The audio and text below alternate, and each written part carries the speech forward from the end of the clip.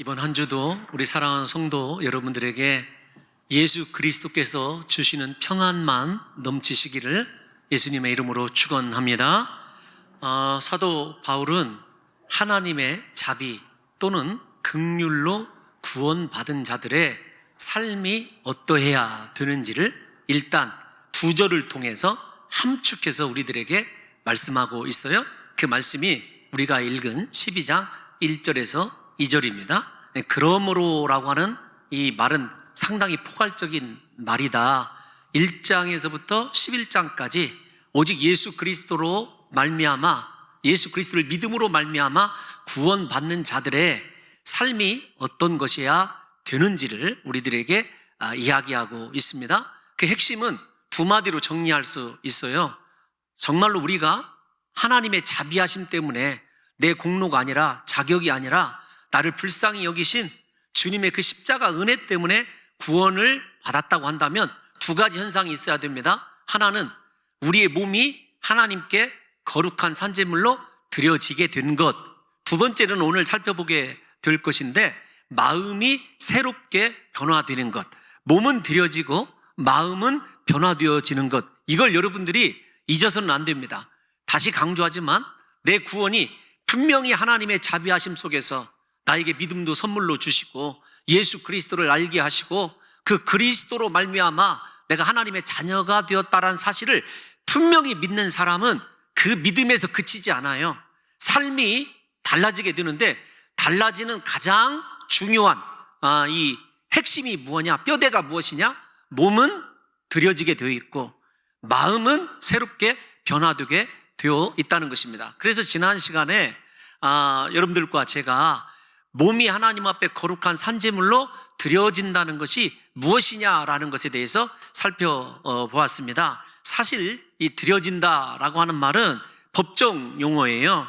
하나님이 유일한 주인이심을 깨닫게 되고 그분만이 나를 마음껏 사용하시도록 드려진 상태, 이 단어가 드려지다라고 하는 그런 법정 용어입니다. 무슨 말이냐면 하나님이 판결에 놓으셨어요. 너는 내 것이다. 내 아들 예수 그리스도를 내어주고 너를 산 나의 소유이니까 너는 나를 위하여 살아야 된다라고 그렇게 땅 재판에서 선언해 놓은 말씀이 드려진다라는 거예요. 저와 여러분들이 하나님 앞에 온전히 드려진 봉헌된 제물이에요.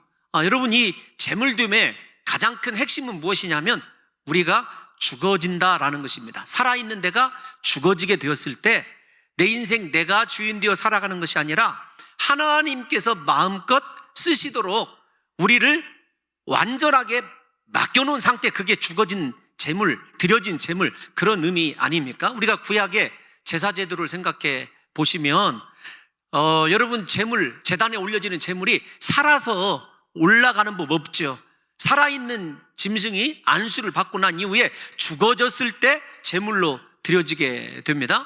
무슨 말씀이냐면 저와 여러분들이 죽어지지 않으면, 특별히 몸이 죽어지지 않으면 하나님 앞에 온전한 제물이 될 수 없어요. 몸이 우리가 눈에 보이는 이 겁대기를 이야기하는 것이 아니라 겁대기를 포함한 우리의 인격, 성품, 정서, 모든 것을 하나님께 드리는 것을 이야기합니다. 그래서 제물의 가장 큰 특징은 무엇이냐면 희생이에요. 죽어짐입니다. 내가 하나님을 위하여 얼마큼 죽어졌느냐라고 하는 것이 가장 중요한 신앙의 첫 번째 구원받은 자들이 세워야 될 뼈대입니다. 왜 그런가 하면은 우리가 죽어져 있지 않으면 우리의 몸을 우리 안에 있는 죄악이 발판 삼아서 죄에게 불의의 병기로 드리게 한다라고 하는 것, 로마서 6장 13절 말씀 우리가 살펴보았지 않습니까? 우리는 죄에 대하여 죽은 자예요. 우리 몸이 죽었다라고 하는 말은 엄밀하게 좁은 각도로 말씀을 드리면 우리의 죄성이 죽어져서 하나님의 성품에 참여하고 있고 하나님께 드려진 것이다, 이렇게 이야기를 합니다. 이것이 12장 1절만 등장하는 것이 아닙니다. 우리 다 같이 로마서 8장 10절 말씀 미리 한번 읽어보도록 하겠습니다. 시작. 또 그리스도께서 너희 안에 계시면 몸은 죄로 말미암아 죽은 것이나 영은 의로 말미암아 살아있는 것이니라. 아멘. 우리의 몸은 죽어 있어요. 거룩한 몸을 산제물로 드렸을 때 몸은 죽었는데 무엇으로 죽었냐면, 무엇에 대해서 죽었냐면 죄에 대하여 죽었습니다. 그러니까 예수 그리스도 안에 있다, 내 믿음이 진짜다라고 하는 사람은 몸이 죄에 대하여 죽은 자예요. 이 말씀을 좀 더 심도 있게 말씀을 드리면, 우리가 예수 믿어도 우리 안에 있는 죄성이 있습니다. 그 죄성을 날마다 죽이게 되고, 마틴 루터의 말대로 그전에는 죄를 향하여 달려가던 죄인이었지만 지금은 죄로부터 도망하는 죄인이 된 거예요. 그래서 우리에게 몸을 거룩한 산 제물로 드리라 라고 하는 말씀의 좁은 의미는 무엇이냐면, 우리가 죄에게 절대로 반응하지 않는 것, 우리의 몸을 불의의 병기로 드리지 않는 것입니다. 좀 더 포괄적으로 말씀을 드린다면, 적극적으로 능동적으로 말씀을 드리면, 죄에게 우리의 몸을 드리지 않을 뿐만 아니라 우리의 몸을 하나님께서 마음껏 그분이 기뻐하시는 대로 사용하시도록, 그분이 연락하시도록 날마다 나를 사도 바울의 고백대로 죽여서 제물로 드리는 거예요. 그래서 사도 바울도 내가 그리스도와 함께 십자가에 못 박혀 죽었나니 라고 하는 표현을 쓰고, 날마다 죽노라 라고 하는 표현을 우리에게 거듭해서 사용하고 있는 것을 저와 여러분들이 눈여겨보시면서, 나는 오늘 또 죄에 대하여 과연 죽고 있는가, 죽은 자인가, 나는 내 성품 옛사람을 완전하게 죽여서 하나님 앞에 거룩한 산 제물로 드린 자인가, 그래서 옛사람과 완전히 단절된 삶을 살아가는 성도인지를 저와 여러분들이 생각해야 된다는 것입니다. 이 말씀을 조금 더 한 번 더 손을 대고 싶어서 베드로 사도의 고백을 여러분들에게 한번 들려드리고 싶습니다. 베드로가 뭐라고 얘기했냐면 2장 24절에서 시작. 친히 나무에 달려 그 몸으로 우리 죄를 담당하셨으니 이는 우리로 죄에 대하여 죽고 의에 대하여 살게 하려 하심이라.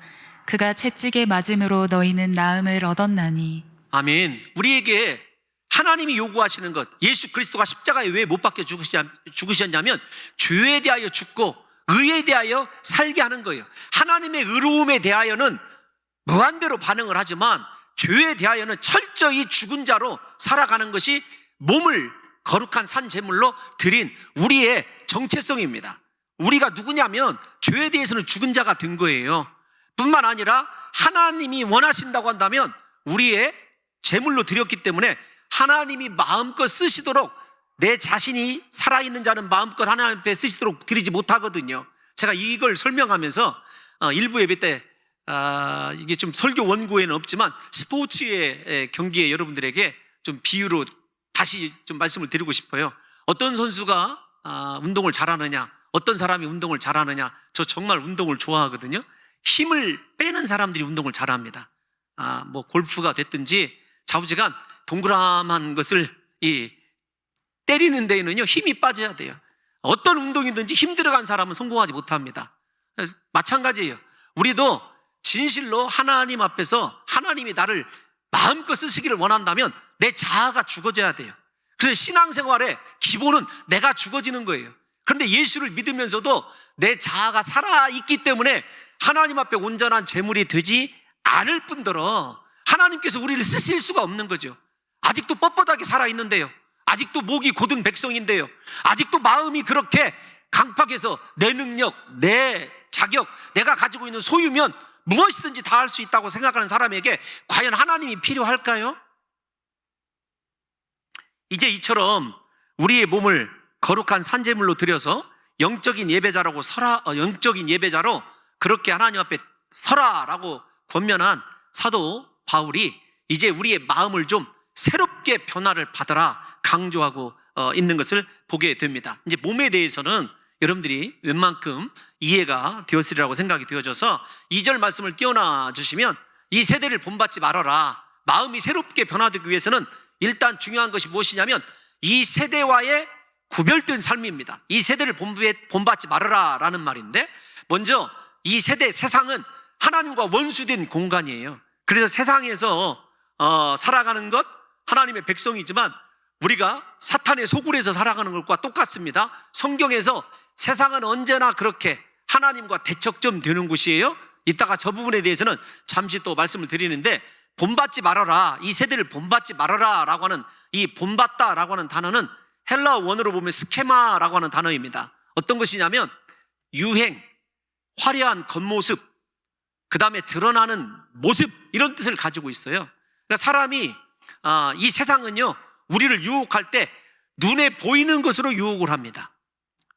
우리가 세상 풍조, 유행 이 말이거든요, 스케마가. 그래서 우리에게, 예수 믿는 자들에게 영혼의 소중함을 빼앗아 가는 것은 겉으로 드러나는 유혹적이고 화려한 세상이라는 것을 여러분들이 잊어서는 안 됩니다. 예를 들면 이 스케마를 제대로 설명하고자 해서 제가, 여러분, 아담과 하와가 선악과를 따먹기 직전에 선악과를 향하여 맨 처음에 외쳤던 말씀이 무엇이죠? 보암직도 하고예요. 그게 스케마예요. 얼마나 요즘의 시대는 영상화되어 있는지 여러분들이 잘 아시지 않습니까? 무슨 문화가 됐든지 어떤 컨텐츠든지 여러분 다 영상으로 이렇게 사람들에게 현혹을 하죠. 유혹을 하죠. 물론 그 속에 실상도 있지만 영상이 안 들어가 있으면 사람들이 가고 싶은 마음을, 먹고 싶은 마음을, 누리고 싶은 마음을 유발시킬 수가 없죠. 이 스케마라고 하는 단어가 그거예요. 그래서 예수를 잘 섬기기 위해서는요, 우리가 이 세대 보이는 세상 사람들의 유행을 쫓아가서는 안 되고 세상 사람들이 살아가는 삶에 드러나는 화려함을 사모해서는 안 된다. 이것이 사도 바울이 우리에게 이야기하는 겁니다. 다른 말로 얘기하면 무슨 말이냐면, 너 세상 속에서 살아가지만 그들과는 분명하게 구별된 삶의 태도가 있느냐라고 하는 것을 우리에게 물어보고 있는 거예요. 사랑하는 성도 여러분, 여러분들에게 세상은 무엇입니까? 여러분들은 그 세상 속에서 어떻게 살아가고 계시고 왜 살아가고 있는지를 좀 생각해 보라는 것입니다. 여러분, 세상의 문화를 따라가는 사람은 절대로 하나님을 사랑할 수 없다라는 것이 제 말이 아닙니다. 하나님의 말씀입니다. 세상 따라가다 보면은요, 말씀이 짐이 돼요. 거추장스럽게 됩니다. 무엇보다도 세상을 따라가서 조금씩 세상에 젖어들어서 세상의 풍조, 스케마로 살아가는 사람들에게서 나타나는 현상은 무엇이냐면 구원의 은혜가 희미해지기 시작한다는 거예요. 다시 말씀을 드리지만 우리는 소속과 위치 그리고 신분이 다른 사람입니다. 세상 속에서 살지만 우리는 하나님의 백성이기 때문에 하나님이 요구하시는 삶의 방식으로 살아야 돼요. 우리 다 같이 이 말씀을 성경으로 좀 입증해 봅시다. 우리가 세상 사랑하는 것이 얼마나 위험한 것인가를. 요한일서 2장 15절에서 17절 뭐라고 얘기했는지 한번 읽어볼까요? 시작. 이 세상이나 세상에 있는 것들을 사랑하지 말라. 누구든지 세상을 사랑하면 아버지의 사랑이 그 안에 있지 아니하니. 잠깐만요. 세상 사랑하면 아버지의 사랑인 예수님의 십자가 은혜가 그 속에 절대 있을 수 없어요. 다시 말씀드리지만 예수님은요, 세상과 하나님을 동시에 사랑할 수 없다고 분명히 이야기하고 있어요. 그런데 여러분, 제 안에도 어떤 것이 있는 줄 아십니까? 하나님을 잘 섬기는 목사였으면 좋겠고 세상 것도 마음껏 누리는 목사였으면 좋겠어요. 여러분, 그것이 제 안에 있는 무서운 탐욕이에요. 여러분들은 어떤지 모르겠어요. 지금 이 순간만큼은 하나님을 누구보다도 사랑하는 사람으로 남고 싶겠죠. 예배하는 이 순간만큼은. 세상에서도 여러분, 세상 것 내가 원하는 대로 다 가지고 싶어서, 누리고 싶어서 세상에서, 죄송한 표현이지만 그렇게 수고하고 땀 흘리는 것 아닙니까? 사실은 뼈가 녹도록 이 표현을 쓰고 싶었었는데 너무 충격적일 것 같아요. 우리 15절 말씀 읽었으니까 16절 한번 읽어볼까요? 시작.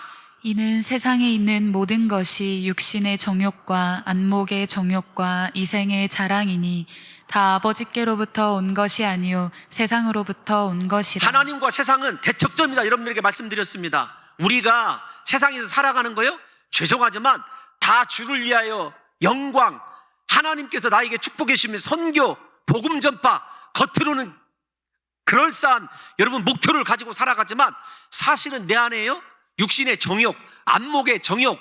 여러분, 이 세상에서 내가 누구냐 자랑하기 바쁜 것 아니에요? 요즘 가끔 저는 어떤 페이스북이나 인스타 그런 거 전혀 SNS 하질 않습니다. 근데 대부분 한 번씩 이렇게 들여다보면 나 이 정도는 먹고 살아, 어디 가서 이 정도는 누리고 살아. 대부분이 다 보면 사람들의 앞에서 나온 대로 안목의 정욕, 여러분 이생의 자랑, 육신의 정욕을 위해서 살아가는 것 아니냐고요. 17절 말씀 마지막으로 한번 읽어보겠습니다. 시작. 이 세상도 그 정욕도 지나가되 오직 하나님의 뜻을 행하는 자는 영원히 거하느니라. 아멘.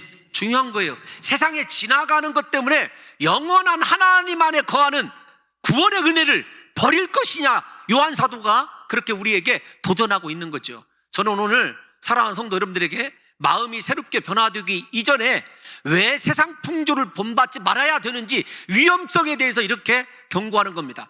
아무리 신앙이 특별한 사람이라도요, 세상에 몸을 담그는 그 순간부터 세상화되게 되어 있어요. 우리가 날마다 왜 하나님 앞에 엎드려야 되느냐? 날마다 십자가 은혜를 사로잡아야 되고, 죄송합니다, 십자가 은혜를 사모해야 되고 그 은혜에 사로잡혀야 되느냐면 우리의 간사한 죄성 때문에 그래요. 겉으로는 거룩하고 겉으로는 완전한 것 같지만 우리의 속이 어떠한지를 지금부터 살펴보게 될 거예요. 여러분, 이 말씀이 요한 사도만 그랬느냐? 아닙니다. 예수 그리스도께서, 죄송합니다, 하나님께서 이스라엘 백성들을 가나안에 드릴 때요, 가장 경고한 것이 무엇이냐면 이 세대를 본받지 않는 거였어요. 레위기 18장 3절에서 4절 말씀 한번 읽어보겠습니다. 시작. 너희는 너희가 거주하던 애굽 땅의 풍속을 따르지 말며 내가 너희를 인도할 가나안 땅의 풍속과 규례도 행하지 말고 너희는 내 법도를 따르며 내 규례를 지켜 그대로 행하라. 나는 너희의 하나님 여호와이니라. 아멘. 하나님이 가장 경계하신 것이 무엇이죠? 세상 풍조를 따라가는 거예요. 애굽의 풍조, 가나안의 풍속 따라가는 것입니다. 여러분, 지금 우리 점검해 봐야 돼요. 나 하나님의 말씀 따라가는 사람인지 아니면 세상의 풍속 따라서 세상 사람들이 걷는 그 길로 걸어가는지를 지금 이 시간에 이 말씀으로 우리 자신을 들여다볼 수 있어야 돼요. 나는 하나님께 드려진 존재인가? 세상에게 드려진 존재인가? 하나님이 우리에게 요구하는 건 한 가지입니다. 세상 사람들과 단절되라, 그 말이 아닙니다. 세상 사람들과 구별되라는 거예요. 거룩한 삶을 살아가는 것입니다. 거룩한 삶을 살기 위해서는요, 애굽이라고 하는 과거도, 즉 그리고 옛사람도, 그리고 우리가 마주하게 될 미래도, 현재도 우리가 쫓아가서는 안 돼요. 오직 영원토록 변치 아니하시는 신실하신 그 말씀 위에 서서 하나님이 원하시는 대로 삶을 살아갈 준비가 되어 있는 사람만이, 죄송하지만 구원받은 자다. 이게 사도 바울이 우리에게 이야기한 거예요. 저와 여러분의 구원의 은혜가 정말로 분명하고 확실한 거라고 한다면 몸은 드려졌습니다. 마음은 이 세대를 적어도 본받지 않아요. 세상이 나에 대해서 어찌할 수 없는 아주 독보적인 믿음의 능력과 실력을 갖추고 살아가고 있는지를 저와 여러분들이 이 시간에 생각해 봐야 되는 것입니다. 마음을 새롭게 하라라고 하는 이 단어를 이제 살펴보게 될 터인데, 여러분들에게 지난번에도 강의 시간에 제가 여러분들에게 가르쳤던 단어가, 헬라어에는 새롭다라고 하는 단어가 두 개가 있어요. 하나는 시간상으로 새로워지는 네오스, 네오라는 단어가 있습니다. 영어로 new라는 단어예요. 시간적으로 없었던 것이 나타나는 것을 얘기합니다. 과거에 우리 스마트폰 들고 다니지 않았잖아요. 지금은 스마트폰 들고 다니죠. 그거 새 곳이에요. 그런데 또 하나는 어떤 것이 있냐면 카이노스라고 하는 단어에 똑같이 노스, 누스라고 하는 단어가 들어가는데, 어떤 것이냐면 질적으로 완전히 성질이 변화되는 것을 이야기하는 거예요. 근데 이 단어가 어떤 거냐면 시간상으로 새로운 네오스가 아니에요. 너 질적으로 네 마음이 달라져야 된다는 거예요. 성질적으로 그전의 마음과는 완전히 다른 마음을 소유하고 있어야 된다는 것입니다. 이게 구원의 능력이거든요. 십자가의 은혜가 임하면 우리가 좋아하던 세상 것 좋아하는 것이 아니라 하나님 좋아하는 것으로 바뀌게 돼요. 그것이 무엇이냐면 여기서 얘기하는 카이노스예요. 새롭게 변화된다는 것입니다. 그러면 마음이 어떻게 새롭게 변화되느냐, 마음이 무엇이냐라고 하는 것을 좀 살펴보면, 마음은 성경이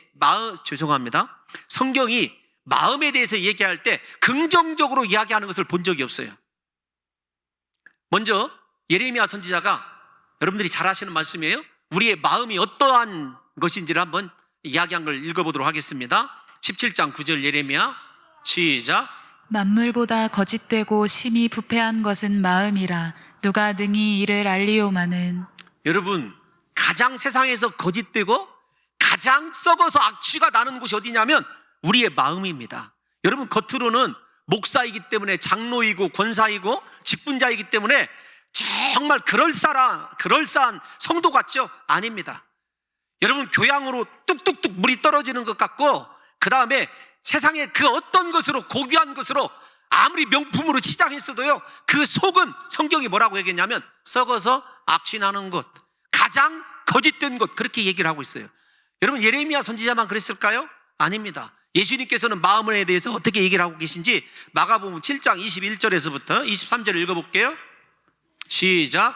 속에서 곧 사람의 마음에서 나오는 것은 악한 생각, 곧 음란과 도둑질과 살인과 간음과 탐욕과 악독과 속임과 음탕과 질투와 비방과 교만과 우매함이니 이 모든 악한 것이 다 속에서 나와서 사람을 더럽게 하느니라.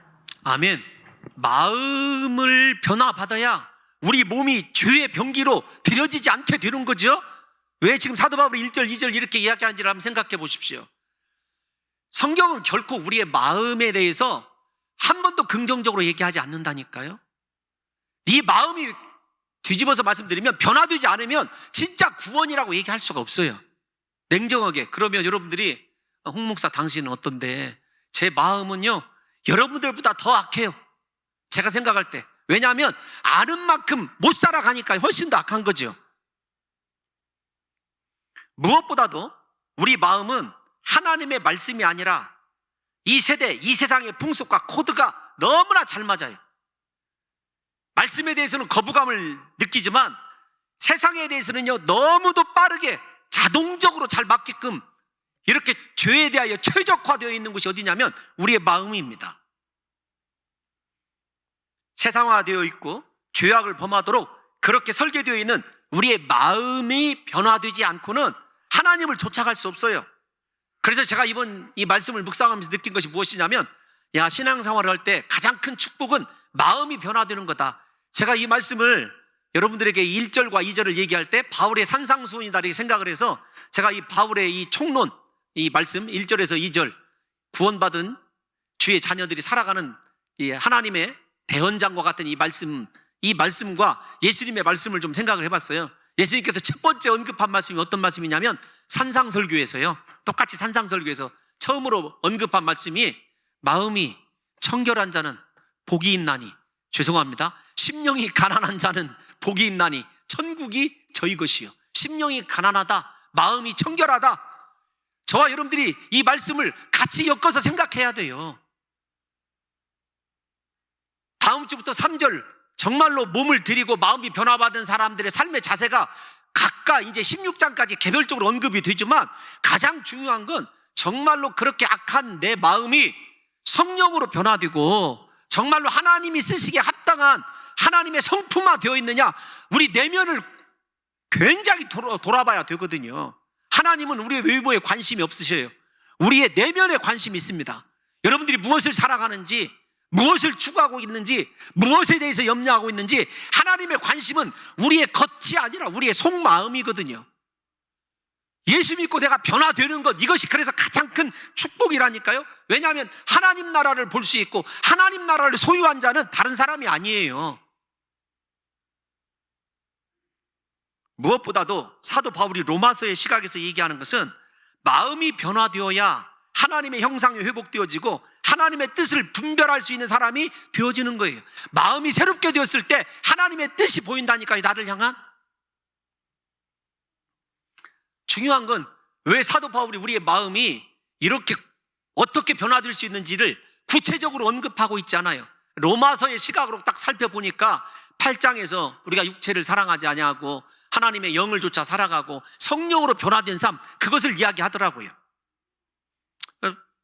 다른 바울 서신을 살펴보게 되고 성경을 살펴보게 되니까 우리가 마음이 변화되게 되는 것은요, 우리의 의지나 결단으로 안 됩니다. 아무리 40일 금식 기도하고 우리가 별짓을 다 해도요, 하나님이 우리의 마음을 만져주지 아니하면, 하나님의 말씀이 내 심령에 임하지 아니하면 절대로 마음이 새로워질 수가 없다는 사실을 아셔야 돼요. 이스라엘 백성들에게 요즘 새벽마다 살펴보고 있는 신명기 말씀을 통해서 이스라엘 백성들이 회개하고 하나님께 돌이켰을 때 하나님께서 이스라엘 백성들에게 주시는 제일로 중요한 축복이 있어요. 신명기 30장 6절 한번 읽어보겠습니다. 시작. 내 하나님 여호와께서 내 마음과 내 자손의 마음에 할례를 베푸사 너로 마음을 다하며 뜻을 다하여 내 하나님 여호와를 사랑하게 하사 너로 생명을 얻게 하실 것이며. 아멘. 중요한 건 뭐냐면 저 30장 1절에서부터 5절까지 읽어보시면 이스라엘 백성들이 하나님께 돌이키는 거예요. 무슨 말이냐면 내가 날마다 회개하고 하나님 앞에 온전히 돌아섰을 때 하나님이 우리에게 주시는 축복은 무엇이냐면 나의 마음의 할례예요. 심령이 변화되는 것입니다. 왜 그러냐면 마음의 할례, 마음의 변화 없이는, 다시 강조합니다, 우리가 하나님의 뜻과는 전혀 상관없는 삶을 살아가기 때문에 그래요. 여러분들과 제가 오늘 이 시간에 나는 지금 하나님의 뜻대로 살아가고 있노라고 확신하는 사람은요, 그 마음속에 할례를 받은 사람이에요. 다른 말로 얘기하면 성령으로 거듭난 사람이라는 거예요. 성령으로 거듭남 없이, 마음의 할례 없이는요, 하나님과의 영적인 즐거움을 이 땅에서 맛볼 수가 없어요. 하나님 뜻을 분별하는 것이 얼마나 새롭고 행복인지를 알 수가 없다니까요. 오로지 내 뜻 이루고 나만 성취하며 살아가느라 가장 중요한 영혼의 일을 잃어버리고 살아가는 안타까운 이 세대를 여러분들이 생각하면서 나는 정말 몸이 들여졌는가, 마음이 새로워졌는지를 생각해 봐야 됩니다. 우리가 잘 아는 말씀 또 하나는 하나님의 말씀에 부딪히지 않는 한 우리 마음이 새로워질 수 없다는 것, 히브리서 4장 12절이 얘기하고 있지 않습니까? 우리 다 같이 한번 읽어보겠습니다. 시작. 하나님의 말씀은 살아있고 활력이 있어 좌우에 날선 어떤 검보다도 예리하여 혼과 영과 및 관절과 골수를 찔러 쪼개기까지 하며 또 마음의 생각과 뜻을 판단하나니. 아멘. 저는 우리 사랑하는 성도 여러분과 저에게 오늘 이 시간에 하나님께서 말씀의 검으로 오시기를 예수님의 이름으로 축원합니다. 제발 이 강팍한 마음이, 죄악으로 가득한 이 마음이 성령의 검과 말씀의 검으로 찔러서 쪼개어져서 하나님께 완전하게 드려지는, 그래서 우리 안에서 세상의 온갖 악독과 음행과 더러운 것이 나오는 것이 아니라 하나님의 성품이, 하나님의 거룩한 성소가 우리 마음에서 이루어지게 될 때 우리는 하나님의 뜻을 분별할 수 있고 하나님의 뜻을 이룰 수 있는 거예요. 여러분, 이러한 상태에 대해서 헤드램이라고 하는 신학자가 이렇게 써놓은 것을 읽어봤습니다. 제 개인적으로 어려운 얘기인데 은혜가 되어서 여러분들에게 소개하고 싶어요. 우리의 몸은 모든 정욕의 더러움에서 깨끗해지고 자유롭게 될 것이다. 우리의 마음과 정신은 더 이상 육체의 본성의 노예가 되지 않을 것이며 성령의 은사로 깨끗해지고 새롭게 될 것이다. 부디 이 새로워짐, 성령의 능력으로 마음이 새로워지고, 사랑하는 성도 여러분들과 제가 죄의 정욕과 더러운 세상 것으로부터 자유케 되는 놀라운 역사가 오늘 임재하시기를 예수님의 이름으로 축원합니다. 여러분, JBP라고 하는 그 저널에 보니까 이런 내용이 쓰여져 있어요. 그냥 한번 들어보십시오. 너희 주위에 있는 세상이 너희를 쥐어짜서 그 틀에 맞추게 하지 말고 하나님이 너희의 마음을 안으로부터 개조하도록 해라. 저는 은혜가 되더라고, 이 말씀이. 세상이 너를 쥐어짜게 하지 말라는 거예요. 세상에 속해서 세상의 틀에 매여서 살아가지 말고 하나님의 말씀이 우리를 안으로부터 개조하도록 해라, 이 말씀이라는 것입니다. 세상은 우리에게 이렇게 요구하죠. 너 세상 따라 살아가지 않으면 실패할 것이다. 너 지금 이 방식대로 살아가지 않으면 너 뒤처지고 왕따 될 거야. 세상을 따라가지 않으면 도저히 살아갈 수 없다고 유혹합니다. 그러나 우리가 알아야 될 것이 있어요. 세상은 잠시입니다. 하나님은 영원합니다. 영원한 하나님을 선택을 하고, 우리가 선택하는 건 아니지만 말씀을 쫓아가고 성령의 능력으로 우리의 마음이 새로워질 때 가능한 거죠. 부디 우리 사랑하는 성도 여러분들과 저에게 오늘 성령님이 임재하셔서 저와 여러분들의 마음을 새롭게 해주시기를 예수님의 이름으로 축원합니다.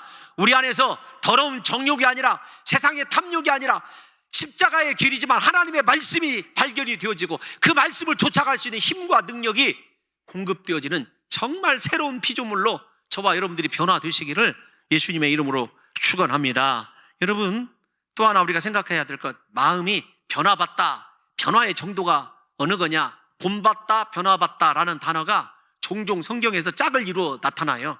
세상을 본받다, 스케마 얘기했잖아요. 그건 외형, 겉으로 드러나는 모습이라고 한다면, 여기 쓰이는 여러분이 변화라고 하는 단어는 모르페라고 하는 단어인데 어떤 거냐면 내면의 변화를 얘기를 해요. 그런데 여러분, 이 단어가, 모르페라고 하는 단어가 어디에 쓰여져 있냐면, 여러분이 잘 아시는 마가복음 9장과 마태복음 9장에서 예수 그리스도께서 변화산에서 변화되었을 때 모르페라고 하는 단어가 쓰여요. 사도 바울이 예수님의 완전히 변화된 그 모습을 우리에게 요구하고 있는 거예요. 예수님이 어떻게 변화되셨습니까? 그때 엘리야와 모세와 얘기하시면서 완전히 흰 옷을 입고 도저히 눈이 부셔서 바라볼 수 없을 완전한 영체로 변화되셨거든요. 그래서 변화산 사건이라고 얘기하잖아요. 저와 여러분들에게 주님이 요구하시는 마음의 변화의 정도가 어느 정도냐면, 우리가 예수 그리스도께서 이 땅에 계시면서 신적인 모습을 완전히 보여주시는 그 정도의 분량을 우리에게 요구하고 있다는 거예요. 그러니까 우리가 성령을 날마다 사모해야 되고 우리 스스로의 마음을 돌봐야 될 이유가 여기에 있는 것이죠. 저는 사랑하는 성도 여러분들과 제가 그리스도의 그 완전한 변화됨에 합당한 변화의 삶이, 변화의 마음이 우리 마음 가운데서 이루어짐으로 말미암아 우리의 시작도 예수 그리스도이고 끝도 예수 그리스도이고 우리가 사모하고 붙잡는 것 오직 예수님밖에 없기를 예수 그리스도의 이름으로 축원합니다. 여러분, 또 하나, 이제 마지막 이 부분만 손을 좀 대면 설교가 어느 정도 끝이 날 거라고 생각이 되어지는데, 하나님의 뜻이 뭐냐라는 거예요. 다시 말씀을 드리지만 우리를 향한 하나님의 뜻은 로마서의 시각으로 먼저 말씀을 드리면, 마음을 하나님께 변화받아서 드리고 몸도 산제물로 드리는 거예요. 우리 속에 하나님의 자비만 있어서 나는 오직 예수 그리스도의 십자가 구속의 대속의 은혜로 구원받은 자임을 날마다 인식하고 구원받은 자답게 살아가는 것이 하나님의 뜻입니다. 여러분, 이해 가시는가요? 이걸 이해하셔야 돼요. 우리를 향한 하나님의 뜻이 어떤 거냐면, 구원받은 자다운 삶, 그 삶을 구체적으로 얘기하면 몸은 드려지고 마음은 변화받는 거, 이게 하나님의 뜻이에요. 그런데 제가 여기에 만족할 수 없어서 도대체 하나님의 뜻이 무엇일까, 사도 바울이 무엇을 의도하고 썼을까를 생각하다가 다른 바울 서신을 찾아보게 되었어요. 그런데 이번에 좀 한 가지 아주 놀라운 사실을 발견했어요. 하나님의 뜻이라고 하는 단어를 유달리 데살로니가 전서에서 많이 쓰고 있다는 것을 발견하게 됐어요. 데살로니가 전서에 하나님의 뜻이라는 단어가 많이 나오더라고요. 먼저 오늘 본문과 가까우니까 데살로니가 전서 4장 3절을 먼저 읽어보겠습니다. 시작. 하나님의 뜻은 이것이니 너희의 거룩함이라 곧 음란을 버리고. 하나님의 뜻이라는 단어가 직접 나와요. 무엇이냐면 너희 거룩함이다. 음란은 이 세대의 대표적인 현상이죠. 데살로니가 전서에도 동일한 얘기를 하더라고요. 하나님의 뜻은 우리가 거룩하게 사는 거다. 절대 음란한 세대를 따라가지 말라는 것입니다. 뿐만 아닙니다. 데살로니가 교회는 그렇게 영적인 거룩함을 위하여 하나님께 어떤 존재로 부르심 받았는지, 어떻게 구원받았는지를 분명히 알고 있었어요. 데살로니가 전서 4장 7절을 읽어볼게요. 시작. 하나님이 우리를 부르심은 부정하게 하심이 아니요 거룩하게 하심이니. 아멘. 우리를 왜 부르셨습니까? 왜 구원하셨습니까? 다른 거 아닙니다. 거룩함을 위해서 부르셨어요. 여러분들이 세상에서 대통령이 되고 부자가 되고 성공하고 출세하고, 그것은 부차적인 문제이고요. 중요한 건 우리 모두가 다 하나님의 거룩함을 위하여 부름받은 존재이고, 하나님의 뜻은 그 거룩함을 우리가 보이는 거예요.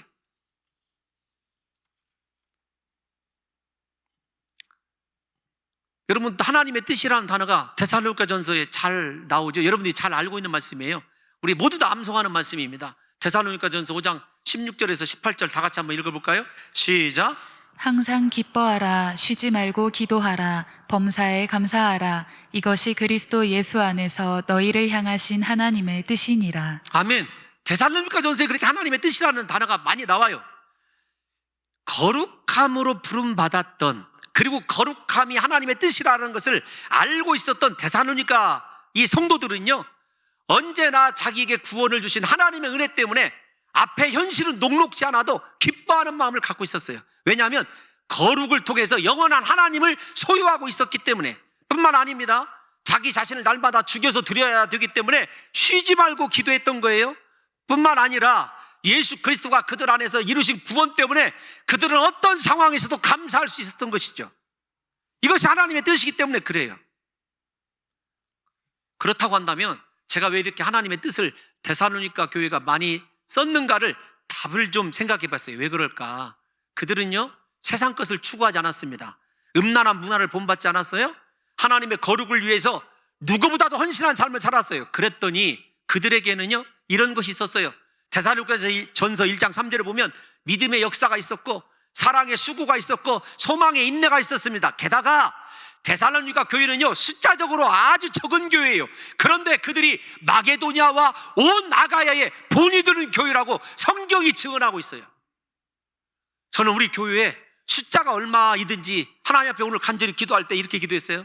하나님, 우리 교회도 온 마게도냐나 아가야 지방의 데살로니가 교회가 거룩함, 하나님의 뜻을 이루어드림으로 모든 이들에게 본이 되는 교회가 된 것처럼 우리 봉동중앙교회가 비록 시골에 있는 교회지만 성도들이 말씀으로 잘 양육받아서 거룩을 추구하고 하나님 뜻을 이루는 것이 인생의 최고의 목표로 알아서 하나님께 몸은 드리고 마음이 완전히 새롭게 변화되는 역사가 있으므로 우리 교회가 하나님을 기쁘시게 하는 교회가 되기를 그토록 소원하고 또 기도했다는 것입니다. 저는 우리 사랑하는 성도 여러분들에게 오늘 이 시간에 여러분 하나님께 속한 자입니까? 세상에 속한 자입니까? 묻고 싶어요. 여러분 하나님을 사랑합니까? 세상을 사랑합니까? 여러분의 마음속에는 도저히 무엇이 자리 잡고 있습니까?